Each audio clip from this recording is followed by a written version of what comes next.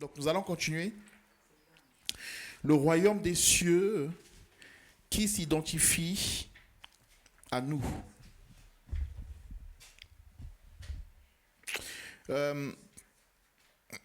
Dimanche dernier, nous avons posé la question de savoir est-ce que Jésus avait besoin d'être baptisé? Nous avons tous dit non. C'est ça, hein? Dimanche dernier, hein? Jésus n'avait pas besoin d'être baptisé parce qu'il était sans péché. C'est ce qu'on avait lu. Ok? Voilà. D'accord. Donc, Jésus n'avait pas besoin d'être baptisé.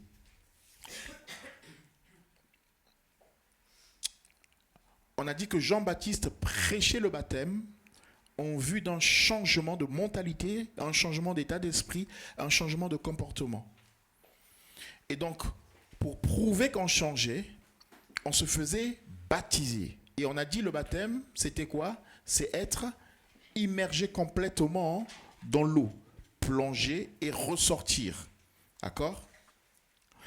Et on a dit que Jésus n'ayant pas besoin de baptême, quand il est venu vers Jean-Baptiste, Jean-Baptiste a dit, baptise-moi. Pourtant, c'était lui qui baptisait. Mais quand il voit Jésus, il dit, baptise-moi. Et Jésus lui dit, quoi? Non, c'est à toi de me baptiser. Jean-Baptiste répond, non, c'est moi qui ai besoin d'être baptisé. Et Jésus répond, faisons ce qui est convenable. Et donc, Jésus a été baptisé par Jean-Baptiste. Et le point qui était intéressant à retenir, c'est Jean-Baptiste annonce le baptême à des pécheurs. Et ces pécheurs, certains s'engagent, d'autres ne s'engagent pas. D'autres s'engagent dans les eaux du baptême, certains s'engagent, d'autres ne s'engagent pas. Mais ceux qui s'engagent, finalement, ne sont pas seuls. Il y a quelqu'un qui vient, qui les accompagne dans cet acte d'engagement. Quand tu t'engages avec Dieu, quand tu t'engages pour Dieu, tu as l'impression que Dieu n'est pas là, tu as l'impression que Christ n'est pas là, mais lui-même, il t'accompagne dans cet engagement. Alléluia.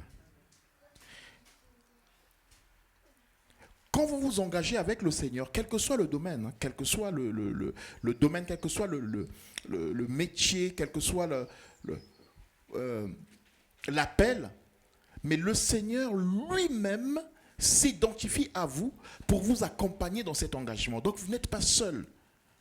Ce que vous faites pour le Seigneur, vous ne le faites pas par vos propres forces.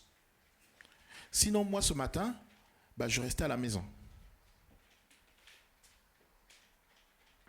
Ce n'est pas par mes propres forces. Si c'est juste ma propre volonté, je reste à la maison.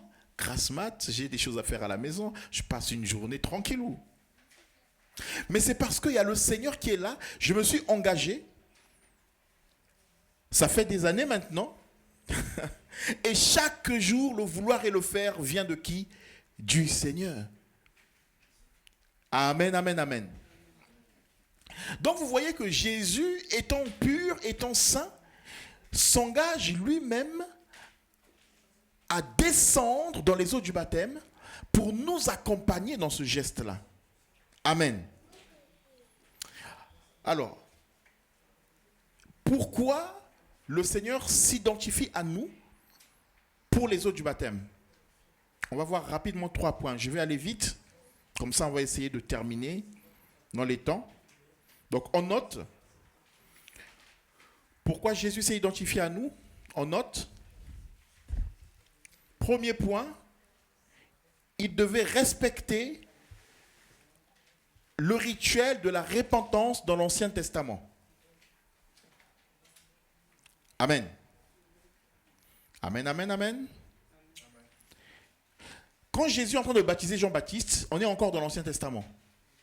On est encore dans Jésus n'est pas mort ni ressuscité. Donc on est encore dans l'ancienne alliance. Et Jésus, c'est quelqu'un qui respecte la loi. Et j'avais dit déjà que le baptême, ce n'était pas quelque chose de nouveau. Ça se faisait dans l'ancienne alliance. Lévitique chapitre 16, versets 3 à 4. Lévitique chapitre 16, versets 3 à 4. Donc, première chose, respecter le rituel. Respecter ce qui se faisait avant. Et pour le respecter, il fallait s'identifier aux hommes qui voulaient s'approcher de Dieu et comment ils devaient s'approcher de Dieu. Lévitique chapitre 16, versets 3 à 4.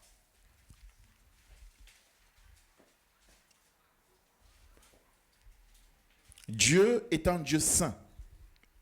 Et nous ne pouvons pas nous approcher de Dieu comme nous voulons. Nous nous approchons de lui comme lui, il veut. Si vous voulez rencontrer le président Macron, vous allez le rencontrer selon le protocole de l'Élysée. Ce n'est pas comme vous voulez. Hein?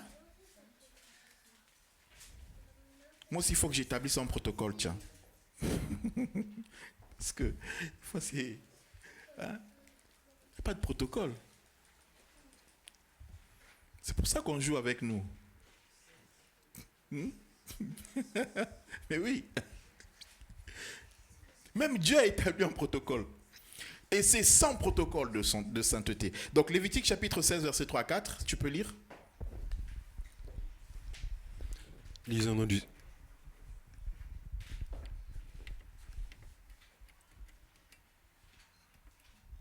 Lisons au nom du Seigneur. Pour se rendre au lieu saint, Aaron doit prendre avec lui un taureau et un bélier. Il offrira le taureau pour recevoir le pardon de ses péchés. Il offrira le bélier en sacrifice complet. Il doit porter un vêtement de lin et un caleçon de lin, une ceinture de lin autour de la taille et un turban de lin sur la tête. Ce sont des vêtements sacrés. Aaron doit donc se laver avant de les mettre. Amen. Dans ma version, il est dit, Aaron doit donc se baigner avant de les mettre. Donc on voyait que pour s'approcher de Dieu, le début du verset dit quoi?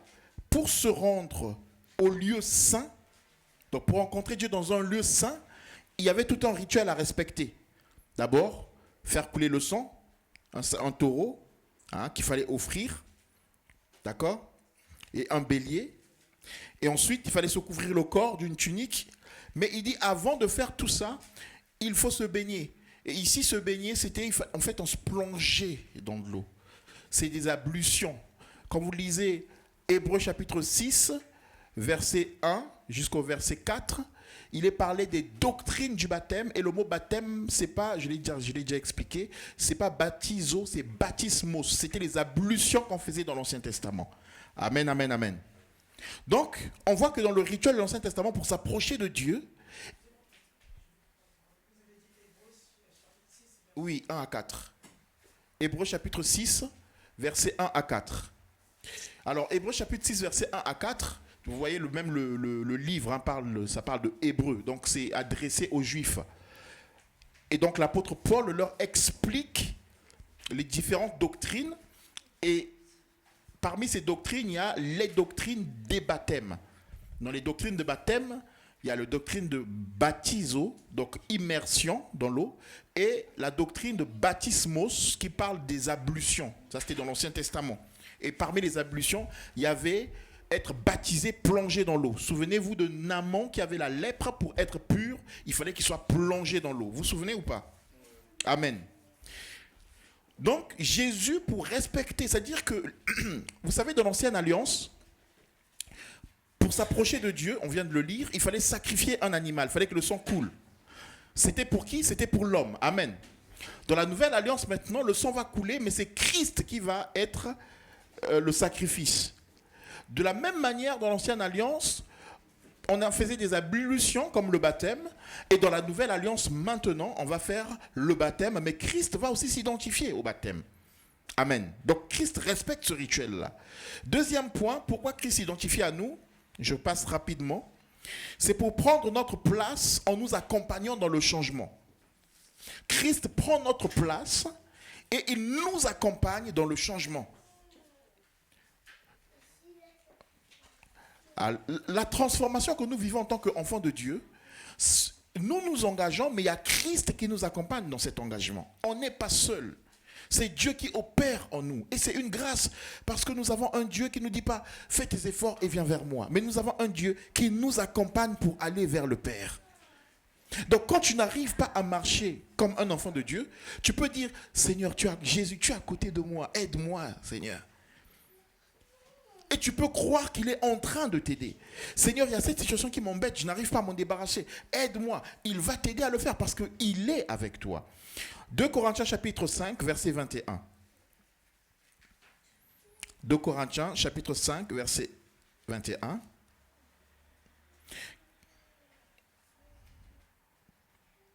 De Corinthiens chapitre 5, verset 21.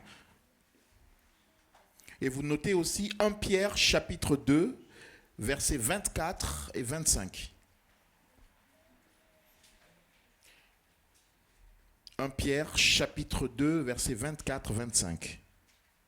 Donc je vais lire 2 Corinthiens pour gagner du temps et le frère lira 1 Pierre. Je lis 2 Corinthiens chapitre 5, verset 21.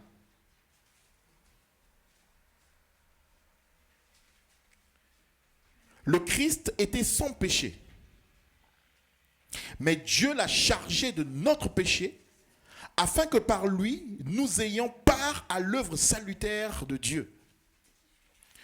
Le Christ était sans péché, mais Dieu l'a chargé de notre péché. Dans quel but? Afin que nous ayons part à l'œuvre du salut de Dieu. Tu ne peux pas avoir part à l'œuvre du salut par toi-même. Est-ce qu'on peut le dire ensemble? Le Christ était sans péché. Le Christ était sans péché. On va le dire différemment. Le Christ n'avait pas de péché. Mais Dieu l'a chargé de mon péché. Et Dieu l'a chargé de mon péché. Pour que par lui, j'ai part à l'œuvre du salut. Donc si Jésus ne se faisait pas baptiser, toi et moi ne serions pas sauvés. Amen. Parce que c'est par lui que ça se fait. Alors, je vais l'expliquer différemment pour qu'on comprenne. Parce que là, c'est...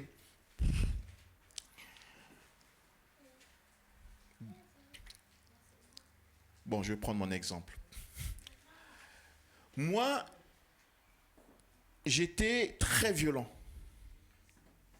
Très violent. Bagarreur. Dans mon quartier, je me battais beaucoup. Mes sœurs, bon, voilà. Je frappais mes sœurs. Je me battais avec les tontons. C'était compliqué. Je fuguais. Et les gens me voyaient comme un enfant. Ben, je l'entendais, hein, mes oncles, tout ça. C'est-à-dire qu'ils me voyaient comme un enfant pas aimé du tout. Hein. Vraiment pas aimé. Et des fois, je me souviens... il y avait un tonton qui avait une moto et chaque fois il venait prendre l'un de nous parmi les enfants pour passer un dimanche après-midi avec lui, mais moi il m'a jamais pris et j'ai toujours attendu ce moment-là. Moi je suis jamais monté sur la moto. Et c'est fou parce que quand je suis reparti en 2012 au pays, quand il y avait le décès de ma mère, j'ai revu, il est venu à la veillée et je me suis souvenu de cette histoire quand j'étais petit, hein. Mais c'est resté là. Je ne suis jamais monté sur la moto de tonton, je ne vais pas dire son nom. Amen. Pourquoi? Personne ne veut s'identifier à toi. Personne ne veut s'identifier à tes bêtises. Personne ne veut s'identifier à tes erreurs.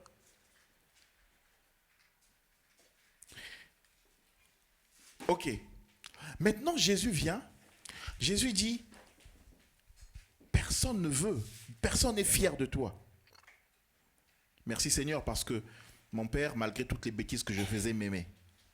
Mon père, je parle de mon père biologique, il m'aimait et il me supportait. C'est pour ça que des fois, bon, nous quand on regarde les enfants, des fois il y a quelque chose qui nous retient, on dit, ah, nous-mêmes, nos parents nous ont supportés, quoi. Waouh. Ok. Donc personne ne voulait s'identifier à moi. Mes sœurs et frères, non. Qui va prendre cette image de violence, cette image de garçon qui fugue, cette image... Qui veut? Personne. Mais Jésus vient que tu sois prostituée. Vous savez, nous, des fois, quand on passe, on voit les gens. J'en parlais avec je ne sais plus qui. Quand on voit les gens, mais tu vois, c'est une prostituée, elle est là, elle est là-bas. Vous voyez comment on parle? Ah, vous voyez telle personne. Mais Jésus vient, il ne désigne pas les gens. Là où moi j'ai honte de ressembler peut-être à Anthony, Jésus vient et lui, il prend carrément la place d'Anthony. Avec les injures, le rejet, le regard des gens. Lui, il prend tout ça pour lui. C'est ça, s'identifier. Là où toute la famille accuse quelqu'un, lui, il prend toutes ces accusations. Il n'a pas honte qu'on dise que Albert est comme ça. Lui, il dit, je suis Albert. Le péché d'Albert, je le prends sur moi. Mais Albert a frappé quelqu'un. Oui, c'est moi qui ai frappé, c'est pas Albert. J'ai pris le péché d'Albert.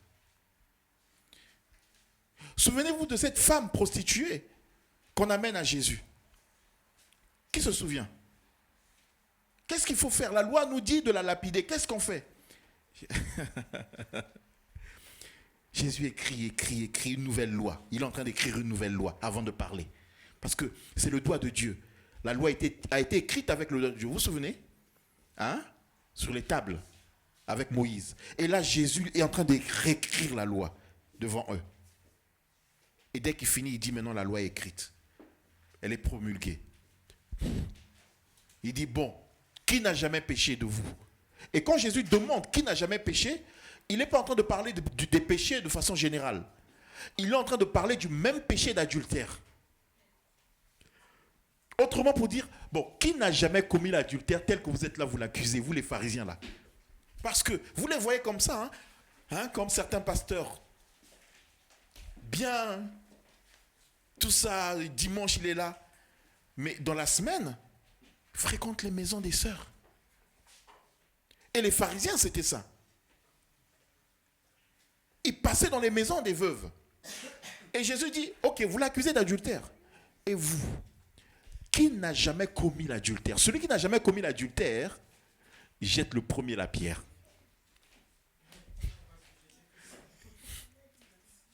Donc là, c'était chacun avec sa conscience.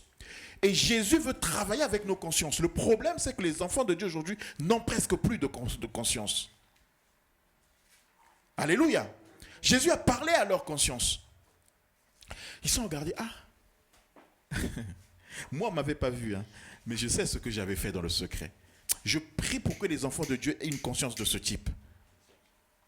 Où on ne m'a pas vu, mais je sais ce que j'ai fait. Alors Seigneur, toi qui pardonnes, tu prends mon péché.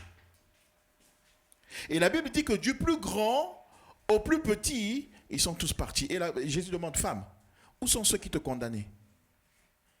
Et il n'y a plus personne. Eh bien, moi, je ne te condamne pas non plus. Va et ne pêche plus. Quand Jésus l'a pardonné, il n'y avait plus personne. Donc, ceux qui pouvaient voir cette femme pouvaient dire, oh, mais elle avait commis l'adultère. Oui, mais quand on m'a pardonné, tu n'étais pas là. J'ai été pardonné dans le secret. Parce que Jésus a pris ma place. Alléluia. La vie, ce n'est pas se conformer à ce que les gens pensent, à ce que les gens disent, mais à ce que je vis dans le secret avec Dieu. Alléluia. Parce que quand Christ prend notre place, c'est personnel. Donc Jésus s'est identifié à toi. Et de passage qu'on a lu, il dit, le Christ était sans péché. Aujourd'hui, imaginez un homme qui est sans péché sur cette terre. Et puis on va lui dire, oh mais regarde, le monsieur là a volé, prends sa place. Dis quoi? Moi depuis toutes ces années, j'ai 33 ans, j'ai jamais volé. Aujourd'hui on va écrire dans ma vie que lui il a volé à cause de ce monsieur là. Mais non, peut-être demain il va m'abandonner. Sans péché. La sainteté a pris ton péché. La sainteté t'a rencontré et tu es devenu saint. Alléluia.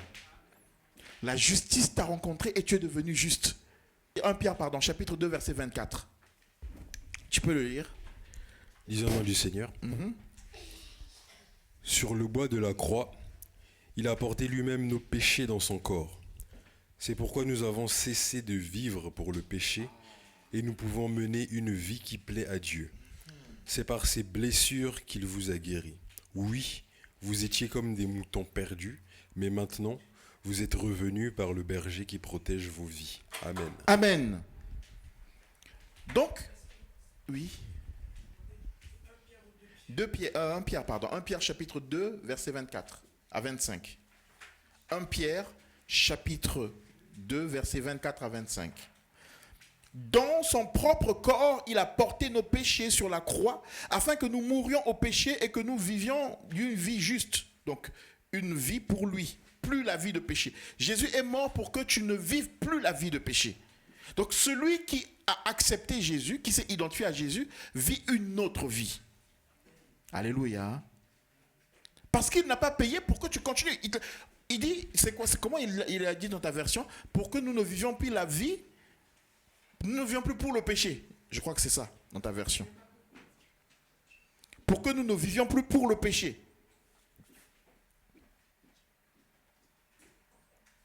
Verset 24. C'est pourquoi nous avons cessé de vivre pour le péché. C'est pourquoi nous avons cessé de vivre pour le péché. Il y a des gens qui vivent pour le péché. Je me lève, déjà le plan est fait. Hein. La petite là, j'ai monté un plan. Je me lève, j'ai planifié qu'au boulot, je vais voler ça. Je me lève, j'ai déjà planifié qu'aujourd'hui, sur les réseaux sociaux, cette personne-là, je dois la détruire. Je dois régler mes comptes avec cette personne. Je me lève et je me dis, je vais faire un statut pour répondre à quelqu'un. Ça peut être très explicite, mais ça va parler à quelqu'un.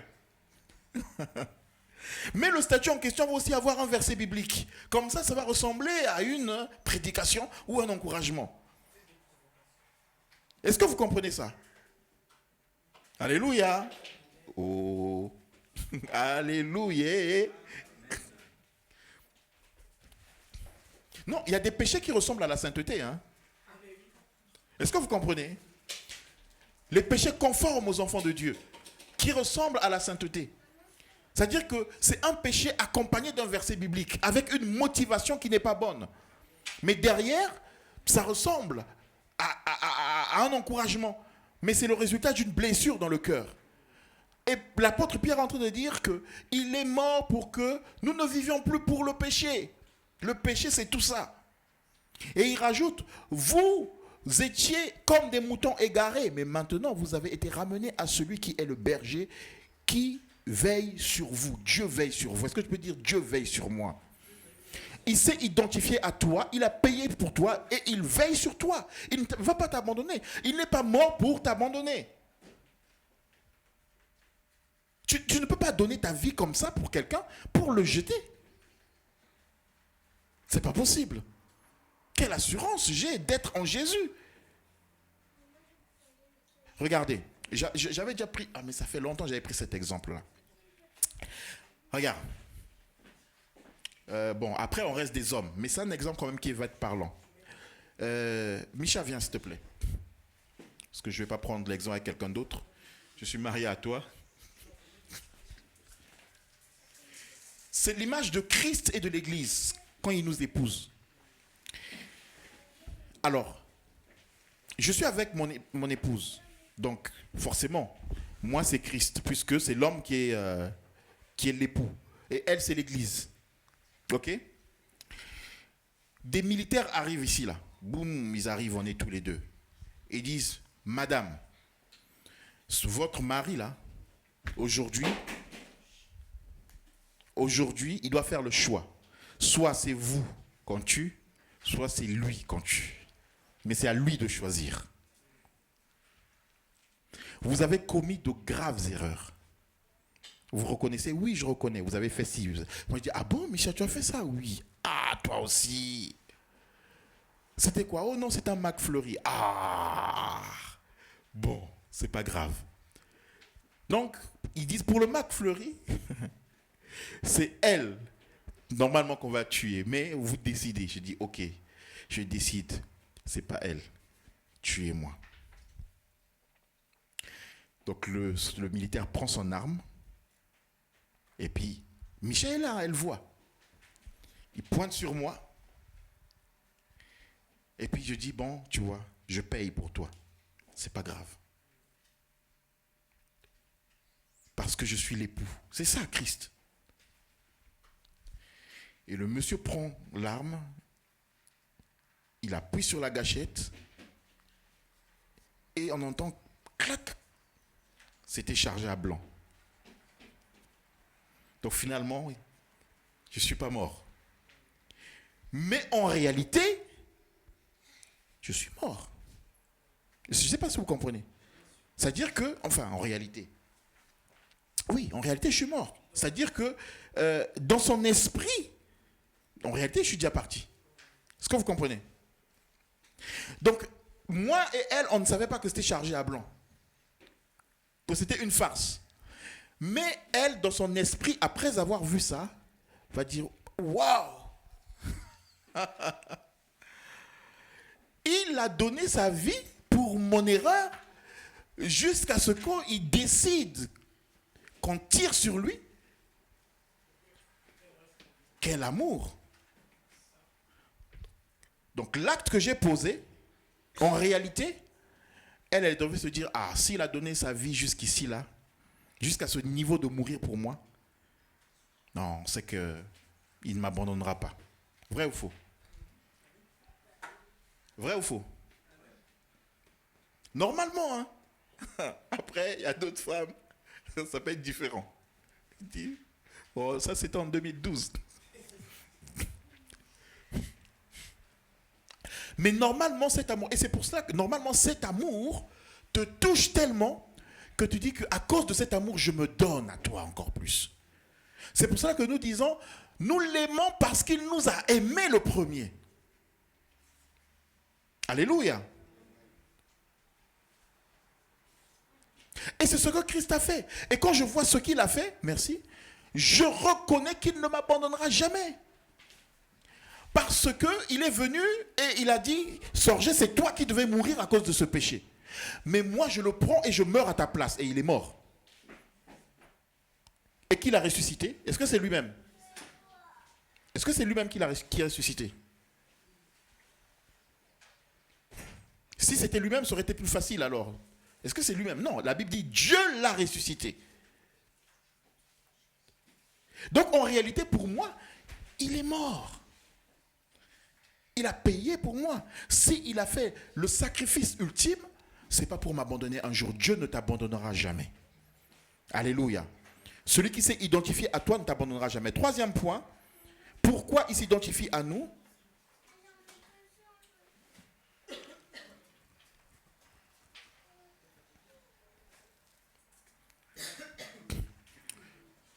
Troisième point, pourquoi il s'identifie à nous? Pour annoncer sa mort, son ensevelissement et sa résurrection. Pour annoncer sa mort, son ensevelissement et sa résurrection.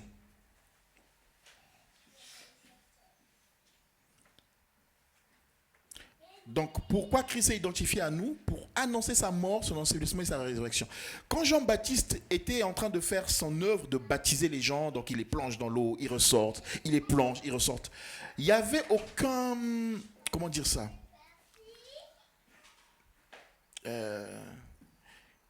C'était vraiment quelque chose d'extérieur pour montrer son engagement.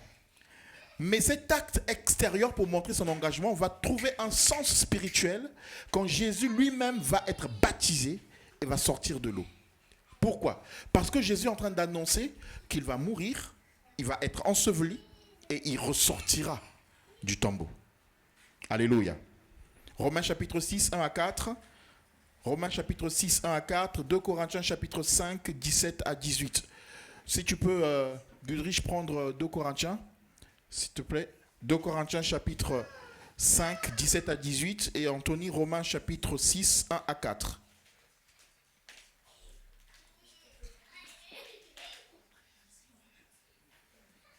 Anthony, Romains chapitre 6, 1 à 4.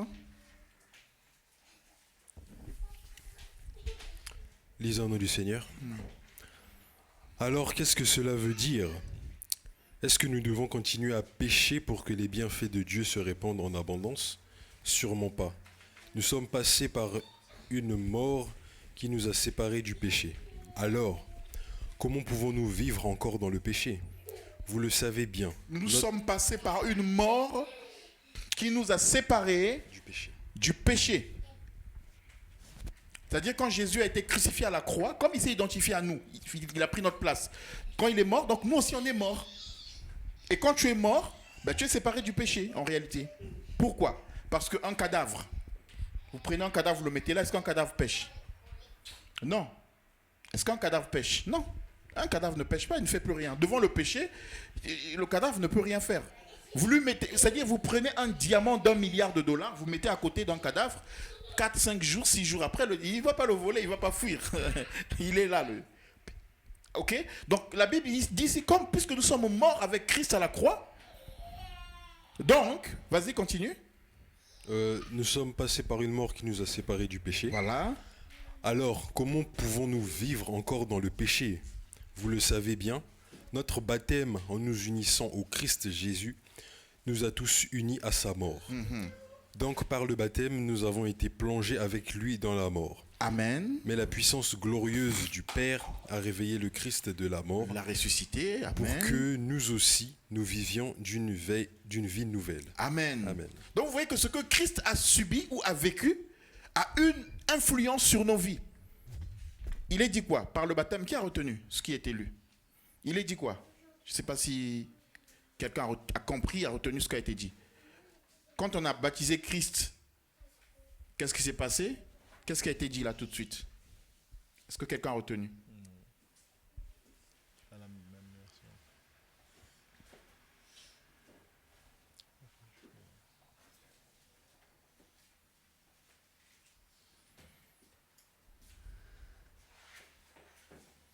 Par le baptême, le verset 4. Par le baptême donc, nous avons été mis au tombeau, dans ma version. Par le baptême, nous avons été mis au tombeau avec lui. Est-ce que tu as été au tombeau? Donc si on prend quelqu'un, on le prend, il est dans son sommeil, on l'amène au cimetière en ville, là, vers Leclerc, on le met dans une tombe, et puis il se réveille, il dit, mais je suis où là? Je pense que la manière dont il va courir pour sortir de là, ça va être terrible. Donc on n'a pas été au tombeau. Mais pourtant, il nous est dit au verset 4, par le baptême, donc, nous avons été mis au tombeau. Amen. Avec lui, pour être associés à sa mort, afin que tout comme le Christ a été ramené d'entre les morts par la puissance glorieuse du Père, nous aussi nous vivons une nouvelle vie. Amen. Donc vous voyez que le baptême de Jésus, c'était pour que quand toi tu acceptes le Seigneur, que toi aussi finalement c'est comme si tu étais baptisé à l'époque de Jésus, que tu étais mort avec lui, mis dans le tombeau avec lui, ressuscité avec lui, alors que tu es en 2023. Est-ce que vous comprenez ça? C'est un mystère. C'est-à-dire que je n'ai pas besoin aujourd'hui de me flageller. Nous n'avons pas à vivre cela parce que Christ l'a fait pour nous. Quand j'accepte Jésus, quand je passe par les eaux du baptême, eh ben c'est comme si j'étais à l'époque de Jésus, plongé dans l'eau pour être baptisé, mort à la croix avec lui, enseveli avec lui et ressuscité avec lui pour vivre une nouvelle vie. Quelle est la vie que tu vis si tu as reçu Jésus? Est-ce que tu vis une nouvelle vie? Alléluia. Est-ce que nous vivons une nouvelle vie? Si Christ s'est identifié à nous, c'est pour que nous aussi nous puissions nous identifier à lui. 2 Corinthiens chapitre 5 verset 17-18, s'il te plaît frère. Lisons au nom du Seigneur. 2 Corinthiens 5, 17 et 18. Si quelqu'un est en Christ, il est une nouvelle créature. Les choses anciennes sont passées, voici toutes choses sont devenues nouvelles. Verset 18. Et tout cela vient de Dieu qui nous a réconciliés avec lui par Christ et qui nous a donné le ministère de la réconciliation. Amen. Amen. Si quelqu'un est uni au Christ, si quelqu'un est en Christ, ce verset-là, on le connaît tous, non? On peut le réciter ensemble, non? Si quelqu'un est en Christ, il est une nouvelle créature. Les choses anciennes sont passées. Si toutes choses sont devenues nouvelles. Mais être en Christ, c'est quoi? Être en Christ, c'est avoir accepté Jésus, s'être repenti de ses péchés, passer par les eaux du baptême et vous vivre une nouvelle vie. Donc, c'est-à-dire que même si tu as 50 ans, quand tu deviens en Christ, tu es une nouvelle créature. Je vais poser une question. Dieu a créé Adam à quel âge? Quand Adam a été créé, il avait quel âge? Quand Adam a été créé, il avait quel âge? Adam.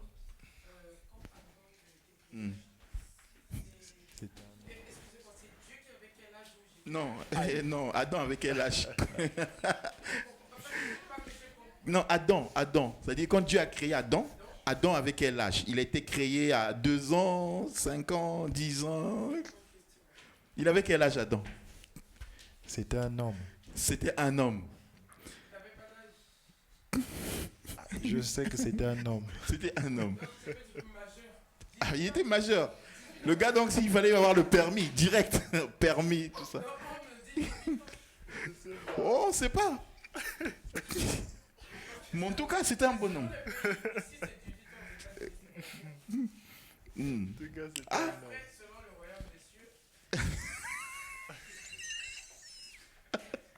Ah. Amen. Selon le royaume des cieux. On ne sait pas en tout cas. Donc, vous voyez que Adam, quand il est créé, c'était un homme, selon le royaume des cieux. Amen. Mais c'est vrai, c'est exact, hein, ce qu'elle dit là.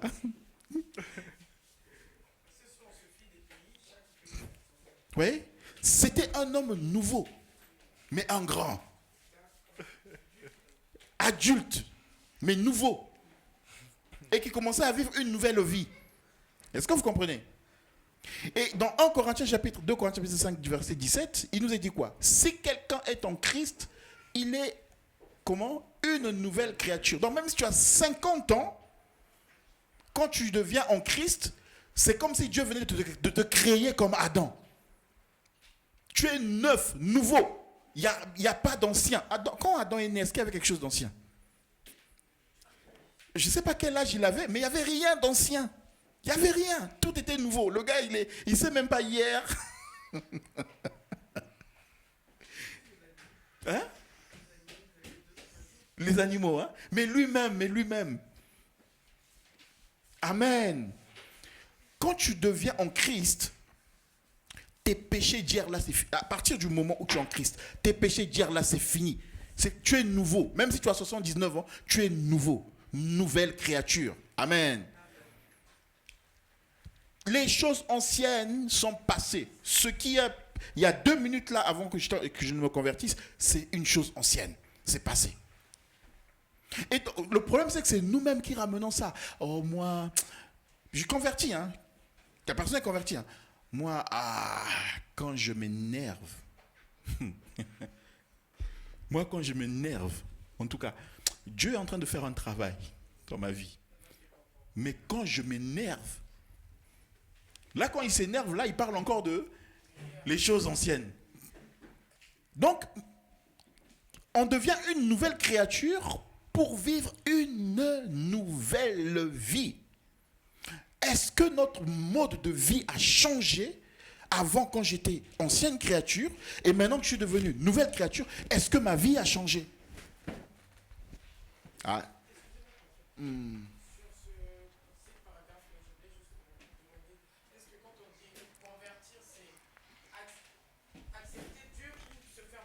Alors, on a dit juste... Aujourd'hui, je peux dire que j'accepte de recevoir Dieu, de suivre Dieu, mais je ne suis pas encore baptisé. Oui. C'est-à-dire que la conversion... Est-ce que ça va compter au moment que j'ai accepté Non. de suivre Dieu? Oui. Ça compte au moment où je prends la décision de suivre Dieu. Le baptême, c'est un témoignage. C'est vraiment un témoignage. Le brigand à la croix est parti au ciel, il n'était pas baptisé. D'accord? On est sauvé par la grâce au moyen de la foi, quand on croit. Maintenant, le baptême, maintenant celui qui est sauvé, il va dire, ok, je suis sauvé, je vais aller dans les eaux du baptême. Pourquoi? Parce que je vais témoigner, je vais rentrer non seulement témoigner, mais en plus, je vais rentrer dans ce mystère de la mort de Jésus et de sa résurrection. Est-ce que vous comprenez? C'est-à-dire que quand je me fais baptiser, il y a quelque chose de spirituel qui se passe, où on a lu là dans Romains chapitre 4, dans Romains chapitre 6, où je meurs à la vie du péché, parce que quand je me fais baptiser, je m'identifie à la mort de Jésus, à son ensevelissement. Amen. Et donc, je ressuscite quand je sors de l'eau. C'est comme quand Jésus sortait du tombeau pour une vie glorieuse.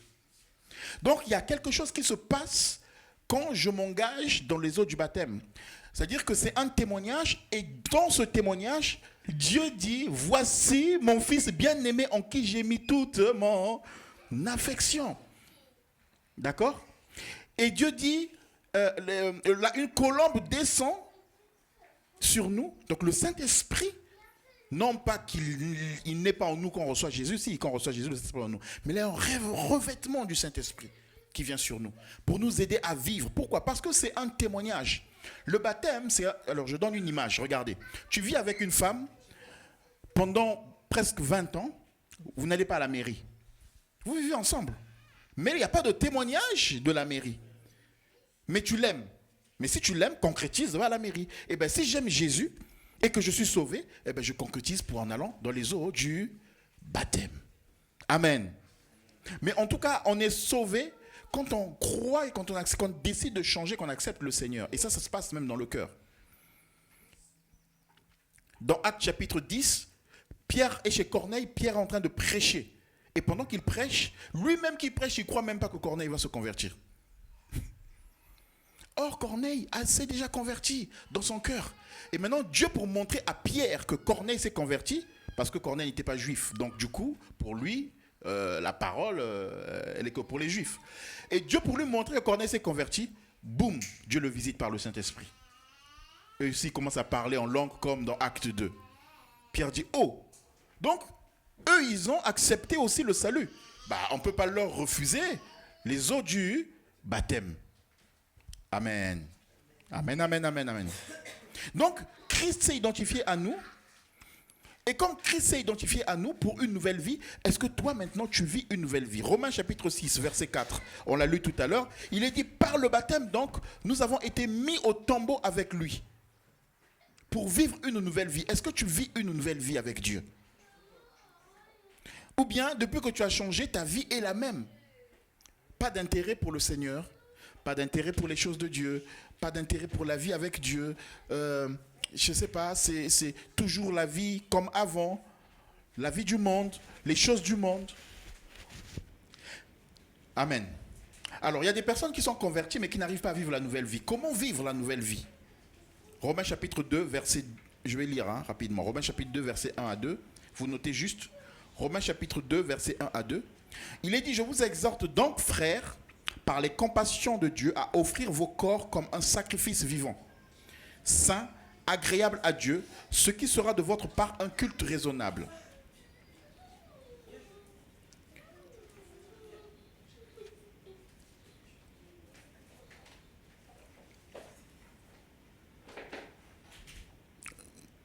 Je relis. Tu peux lire avec ta version, essayer de le trouver. Romains chapitre 12, verset 1 2. Donc, je vous exhorte donc, frères, 12, 1 et 2. Je vous exhorte donc, frères, par les compassions de Dieu, à offrir vos corps comme un sacrifice vivant, saint, agréable à Dieu, ce qui sera de votre part un culte raisonnable. Lis dans ta version.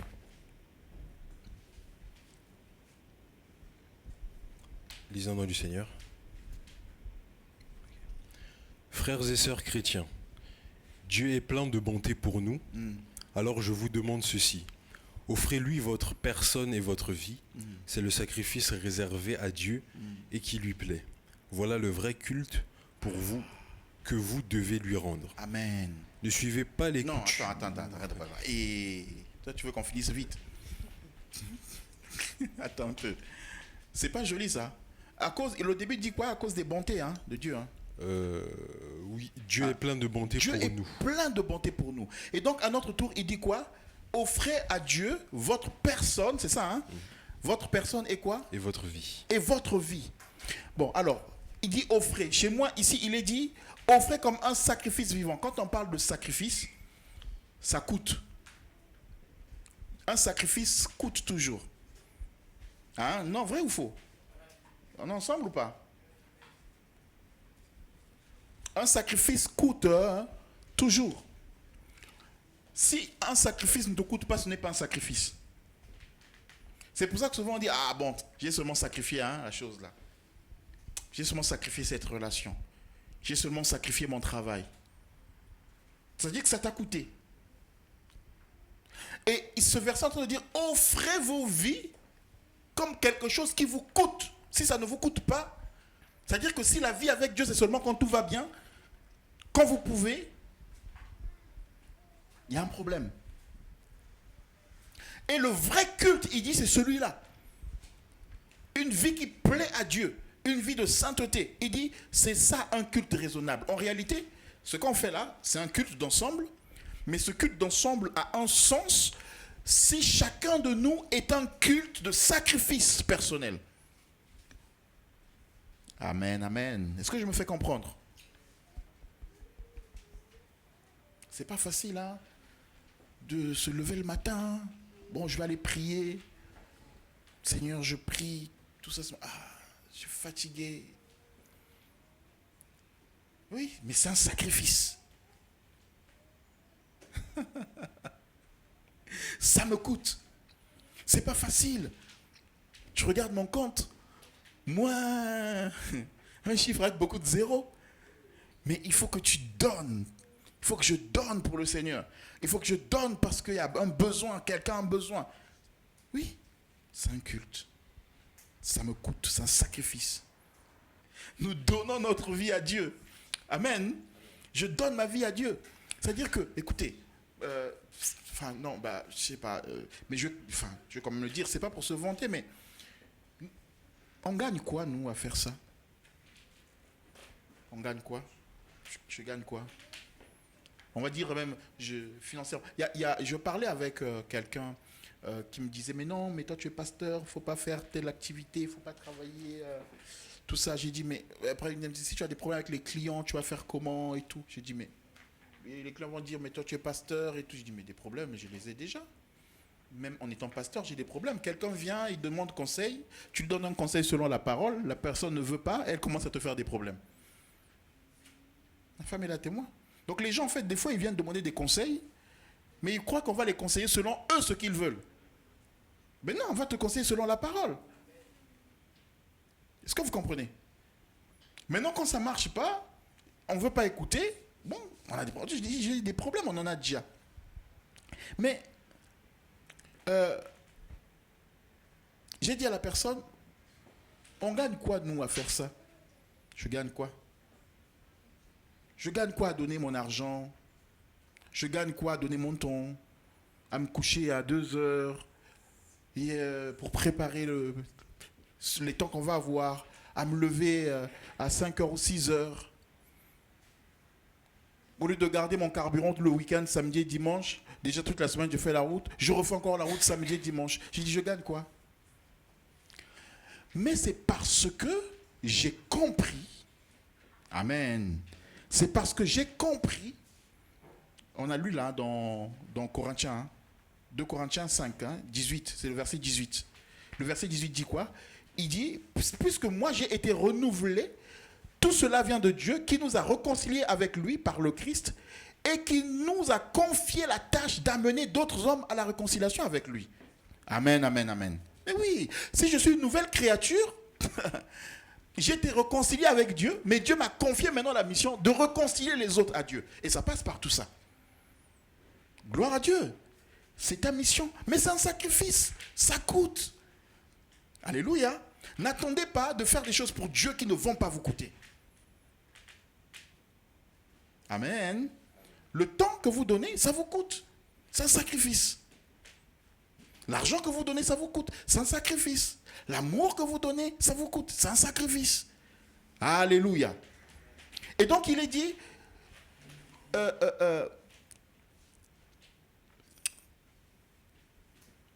un sacrifice, donc qui va être agréable à Dieu, ce qui sera un culte raisonnable. Le vrai culte, c'est ça. C'est-à-dire que si ma vie, elle est comme ça dans la semaine, le dimanche, quand je me rassemble ici pour élever la voix avec Dieu, ben, le Seigneur valide. Parce que c'est une vie, en fait. Ce n'est pas juste les 2 heures de culte. C'est une vie. C'est un style de vie. Je prie pour que ce soit un style de vie pour chacun d'entre nous. Que ce ne soit pas juste les dimanches, que ce soit une vie. Tu es à la maison, un culte au Seigneur agréable, une vie de sainteté, une vie d'amour, une vie de paix, une vie de confiance en Dieu où tu t'appuies sur le Seigneur. Donc le verset 2 nous dit, ne vous conformez pas au siècle présent, mais soyez transformés par le renouvellement de l'intelligence afin que vous discerniez quelle est la volonté de Dieu, ce qui est bon, agréable et parfait. Ne vous conformez pas au siècle présent. Trouve-moi ça. C'est toujours Romains chapitre 12, verset 1. Là, c'est le verset 1, là, j'ai lu le verset 2. Vas-y, lis ta version. Lisons au nom du Seigneur. Ne suivez pas les coutumes du monde où nous vivons, mais laissez Dieu vous transformer en vous donnant une intelligence nouvelle. Ne suivez pas nouvelle. Les coutumes du monde où nous vivons. Tu peux fermer, hein, tu peux... Ne suivez pas les coutumes du monde où nous vivons. Le monde dans lequel nous vivons a des coutumes. Ne suivez pas les coutumes du monde où nous vivons. On veut nous imposer des choses. Il faut vraiment faire attention. Une manière de penser qui n'est pas de Dieu. Ne suivez pas les coutumes dans le monde dans lequel vous vivez. Et il dit quoi? Mais plutôt faites quoi? Mais laissez Dieu vous transformer en vous donnant une intelligence nouvelle. Si vous ne laissez pas Dieu vous transformer, obligatoirement vous allez suivre les coutumes du monde. C'est opposé, hein, on a lu là. Mais il y a une opposition. Donc si je ne me laisse pas être transformé, je vais adhérer au mode de vie de la société qui n'honore pas le Seigneur. Et mes enfants vont adhérer. Nous avons besoin d'être transformés. Laissez Dieu nous transformer. C'est ça quand Christ s'identifie à nous. C'est pour nous transformer. Amen. Soyez transformés comment? Par le renouvellement de l'intelligence. Vous savez, j'étais en train de suivre un débat là sur quelle chaîne c'était déjà? Je ne sais plus quelle chaîne c'était, j'ai oublié. Mais j'ai dit, mais les gens se croient vraiment intelligents alors que mais j'ai l'impression qu'ils sont bêtes, quoi, ou quoi. Quand les gens vraiment rejettent Dieu, ils deviennent, je ne sais pas. Les gens sont en train de parler de toilettes non genrées. Je ne sais pas si vous avez suivi un peu le débat actuel sur les toilettes non genrées. C'est-à-dire qu'en France, on a des toilettes hommes et des toilettes femmes. Maintenant, on est en train d'enlever ça. Il n'y aura que des toilettes. Plus de toilettes hommes, plus de toilettes femmes. Donc on va enlever les pictogrammes sur les portes là. Et je lisais les commentaires des gens et les gens disaient tout ça juste pour, excusez-moi hein, le terme, mais voilà, tout ça juste pour un pipi caca quoi. Mais non, c'est pas juste pour un pipi caca, ça va plus loin. Est-ce que vous comprenez? C'est pas juste enlever le pictogramme là, mais c'est pour mettre dans la tête des gens qu'il n'y a pas de homme, il n'y a pas de femme. C'est toi qui décides de ce que tu veux être. Je ne sais pas si je me fais comprendre. Et puis il y avait quelqu'un qui disait, moi j'ai bien aimé cette dame-là, qui disait, mais que vous soyez, c'est-à-dire vous ne serez jamais femme. Si vous êtes un homme, vous ne serez jamais femme. Sur votre papier, ça va être marqué femme, parce que vous avez changé de sexe, mais vous ne serez jamais femme, vous ne procréerez jamais. Donc sur cette base-là, vous ne serez jamais femme. Est-ce qu'on est d'accord? Non, ils veulent même pas comprendre. C'est-à-dire qu'ils ont des raisonnements où... Non. Oui, sur le passeport, ça va être changé, mais au niveau biologique, il n'y a pas de changement. Vous restez un homme. Et le danger de ça, c'est que en fait, vous êtes un homme au milieu des femmes. C'est-à-dire que quand les femmes sont là ensemble, dans les vestiaires, vous aussi, vous êtes, entre guillemets, une femme, mais en fait, non, vous ne l'êtes pas. Est-ce que vous comprenez? C'est grave. Et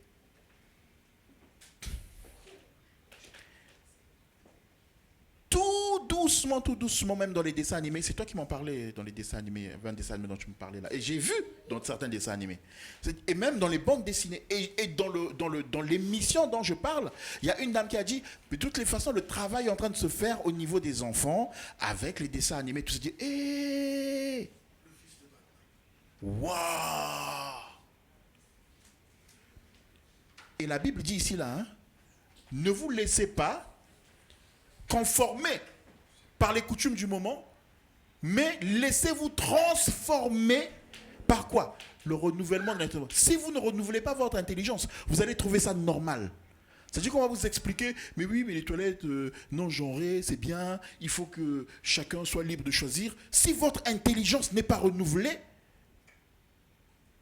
vous allez trouver que c'est normal. Et puis nos enfants, quand ils vont grandir, ils choisiront. Mais non, je refuse. Non. Au nom de Jésus, nous ne voulons pas de ça. Au nom de Jésus, je refuse cela, je refuse.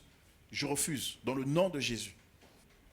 Moi, j'ai envie d'avoir des petits-enfants bien, hein, normal, naturellement, tout ça. Hein? J'ai pas envie qu'à la maison, un jour,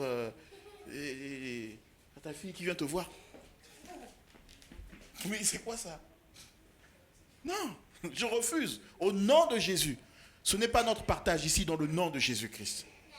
Donc soyez transformés. Et ça, pour que ça se fasse, c'est nous qui devons nous laisser transformer par le renouveau de l'intelligence. Et afin de savoir, de discerner ce qui est bon et agréable. C'est-à-dire quand je vois ce qui se passe dans la société, je peux discerner ça c'est bon, ça c'est pas bon, ça c'est pas bon, ça c'est bon. Mais il faut que mon intelligence soit renouvelée. La même manière que, pour les étrangers vont comprendre, qu'on court pour aller renouveler un titre de séjour pour être en règle. Il faut renouveler son intelligence pour être en règle avec la parole de Dieu, être à jour avec la parole de Dieu. Je ne sais pas si je me fais comprendre. C'est-à-dire que les gens, c'est-à-dire pour renouveler son titre, par exemple, on va prendre ça très au sérieux. Parce que si on ne le fait pas ça, on ne va pas être à jour. Mais c'est la parole de Dieu, c'est la même chose. Si je ne le prends pas au sérieux, je ne serai pas à jour par rapport à ce qui se passe dans la société. Et malheureusement, beaucoup d'enfants de Dieu ne se renouvellent pas dans la parole de Dieu. Les chrétiens n'arrivent pas. Tout le monde peut être touché. Hein. Il y a un pasteur ici à Caen, il a une grande église. Quand je dis grande église, c'est un grand bâtiment reconnu par la préfecture. Les maires avaient inauguré tout ça. Voilà. Mais le pasteur, il souffre. Sa fille est homo. Il souffre. Ça touche tout le monde. Et puis je me dis, non, le pasteur, peut-être qu'il a mal élevé. Non, c'est chacun qui fait son choix. Mais nous devons influencer nos enfants parce qu'à l'école, ils sont influencés différemment. Ma fille, elle n'est pas là, Salomé, on était à la maison là. Elle nous dit, elle demande à maman, maman, c'est vrai que en France, avant, les hommes portaient des jupes. Tu dis, ah bon? Ben non, ils ne portaient pas des jupes en France. Qui t'a dit ça? Oh, la maîtresse nous a dit ça à l'école, que les hommes portaient des jupes et tout ça. Vous voyez comment déjà, ils apprennent autre chose à l'école. Parce qu'on veut les emmener ailleurs. Si tu ne te laisses pas transformer ton intelligence, que le Seigneur nous épargne dans le nom de Jésus. Amen. 1 Pierre chapitre 1 verset 4. Comme des enfants obéissants, ne vous conformez pas aux convoitises que vous aviez autrefois quand vous étiez dans l'ignorance. Quand on était dans l'ignorance, dans le péché, on avait des convoitises, des choses qu'on voulait faire, des choses qu'on faisait tout le temps. Mais maintenant il dit, ne vous conformez plus à ces convoitises-là. Vous êtes capable de ne plus le faire. Alléluia. S'il y a un péché qui te retient, dis, je suis capable de ne plus le faire. Parce que je ne peux plus me conformer à cela, parce que je me suis identifié à Christ, et Christ, la victoire, le victorieux est en moi. Amen. Je finis par Colossiens chapitre 3, verset 10. Ne mentez pas les uns aux autres, vous étant dépouillés du vieil homme et de ses œuvres, et ayant revêtu l'homme nouveau, qui se renouvelle dans la connaissance selon l'image de celui qui l'a créé. Ne vous mentez pas les uns les autres. 3, verset 10. Ne vous mentez pas les uns les autres. Regardez, comment on peut se mentir les uns les autres? Moi, je viens là, je suis en train de prêcher. Je donne la parole. Colossiens 3, 10. Romains chapitre 12, renouvellement de l'intelligence. On est dans une société dangereuse, vous savez, les enfants, voilà. Hein, les chrétiens, réveillons-nous. Ah, je suis là, tout ça. Et puis vous dites Amen. Quand vous me regardez, vous dites ah, le pasteur, vraiment, il a parlé de la sainteté. Il est dans la sainteté, tout ça. Alors que le pasteur à la maison, il vit une autre vie. On est en train de se mentir les uns les autres. Je suis en train de vous mentir. Est-ce que vous comprenez ça? Et malheureusement, il y a beaucoup de chrétiens qui ont une vie pour l'église et une vie pour la maison. Une autre pour le travail. Une autre pour la pause café.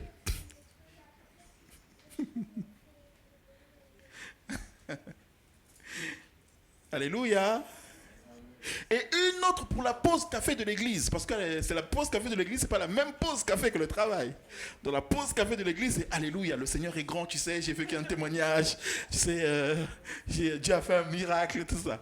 Pause café du travail, c'est qu'est-ce qu'elle a dit? Attends, elle arrive.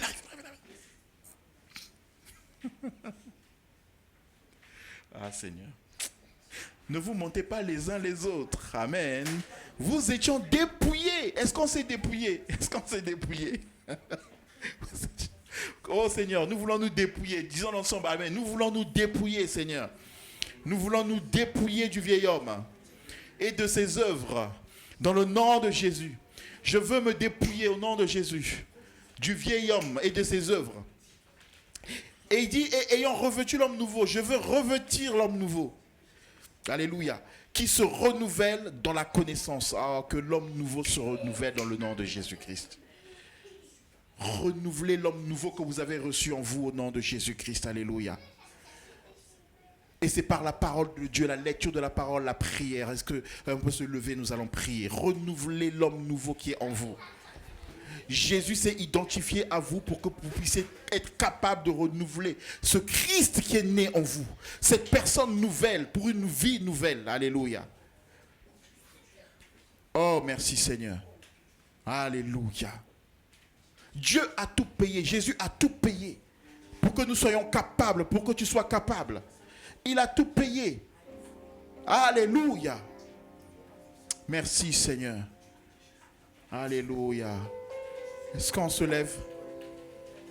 On se lève et nous élevons la voix chacun. Alléluia. Je ne sais pas qu'est-ce qui t'a touché, de quoi tu as besoin. Élève ta voix et prie le Seigneur. Prie le Seigneur. Le Seigneur a tout préparé, il a tout prévu. Si tu veux vraiment que cet homme nouveau se renouvelle, prie Seigneur, dis Seigneur, je veux que cet homme nouveau se renouvelle par la connaissance de ta personne. Alléluia, que mon intelligence soit renouvelée. Élevons la voix, prions, élevons la voix.